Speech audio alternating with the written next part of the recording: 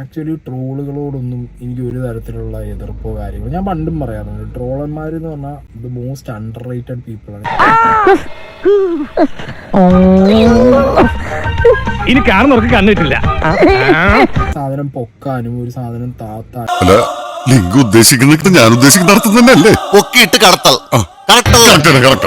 ഒരു സിറ്റുവേഷൻ ആളുകളിലേക്ക് പെട്ടെന്ന് എത്തിക്കാനൊക്കെ അവരെടുക്കുന്ന ഒരു എഫേർട്ടും സംഗതികളൊക്കെ ഉണ്ട്. സോ അതൊക്കെ ഞാൻ ഭയങ്കര റെസ്പെക്ട് ചെയ്യുന്ന ഒരാളാണ്. അതുകൊണ്ട് എന്നെ പൊക്കി പറഞ്ഞ് സോപ്പിടാനുള്ള പരിപാടിയാ കള്ളന്മാർ. ട്രോൾ പേജുകളോ ട്രോളോ സാധനങ്ങളോ ഞാൻ എപ്പോഴും എൻജോയ് ചെയ്യുന്ന പരിപാടിയാണ്. കണ്ണീര് തുടച്ചിട്ട് കുറച്ചുകൂടി വിശ്വസിക്കാൻ തോന്നുന്നു. നിനക്കേതാണ്ട് ചോദിക്കാനുണ്ടെന്ന് പറഞ്ഞല്ലോ, അതാദ്യം ചോദിക്കാം. ചുക്കിനും ചുണ്ണാമ്പിനും കൊള്ളാത്തവൻ സീക്രട്ട് ഏജന്റ് അഖിൽ മാര. സംഭവം ഞാൻ അറിഞ്ഞു.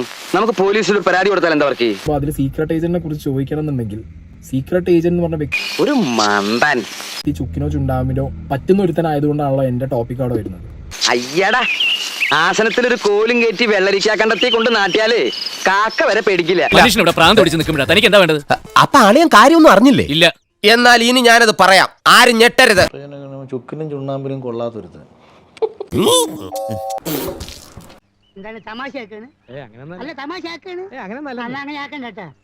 കാറിനുള്ളിൽ സീക്രട്ട് ഏജന്റും പുറത്ത് ഞാൻ സായി കൃഷ്ണൻ എന്ന് പറയേണ്ടത് പണ്ടും പുള്ളി അങ്ങനെ ആയിരുന്നു.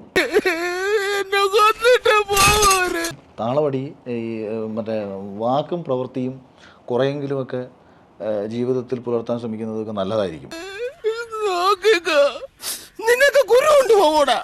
സ്വയം അകത്തുപോയി കഴിവില്ലാത്തവനായി മാറി. ബിഗ് ബോസ് കഴിഞ്ഞപ്പോഴത്തേക്ക് അറിയാലോ, ജാസ്മിന് നേരെയായിരുന്നു എല്ലാ സൈബർ അറ്റാക്കും കാര്യങ്ങളും പോയിക്കൊണ്ടിരുന്നത്.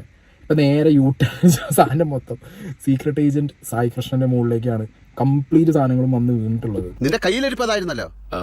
അതന്നത്തെ ചോരത്തിളപ്പിന് ഇപ്പൊ എന്ത് ചോര തണുത്തു പോയാ? തണുത്ത് മരവിച്ചു എന്ന് പറയുന്നതാവും ശരി. ഇത് ഇവിടുന്ന് സ്പേസ്, അവിടുന്ന് വേറെ, അതിനും പുറത്ത് വേറെ ഗാലക്സി, വേറെ മിൽക്കി വേ എന്നൊക്കെ പറഞ്ഞ് പോയിക്കൊണ്ടിരിക്കുകയാണ്. സത്യം പറഞ്ഞാൽ ചുക്കിനും ചുണ്ണാമ്പിനും കൊണ്ടിട്ടാണോ കൊള്ളാഞ്ഞിട്ടാണോ എന്നുള്ള ഡൗട്ട് ഇപ്പൊ എനിക്ക് വന്നുകൊണ്ടിരിക്കുന്നുണ്ട്.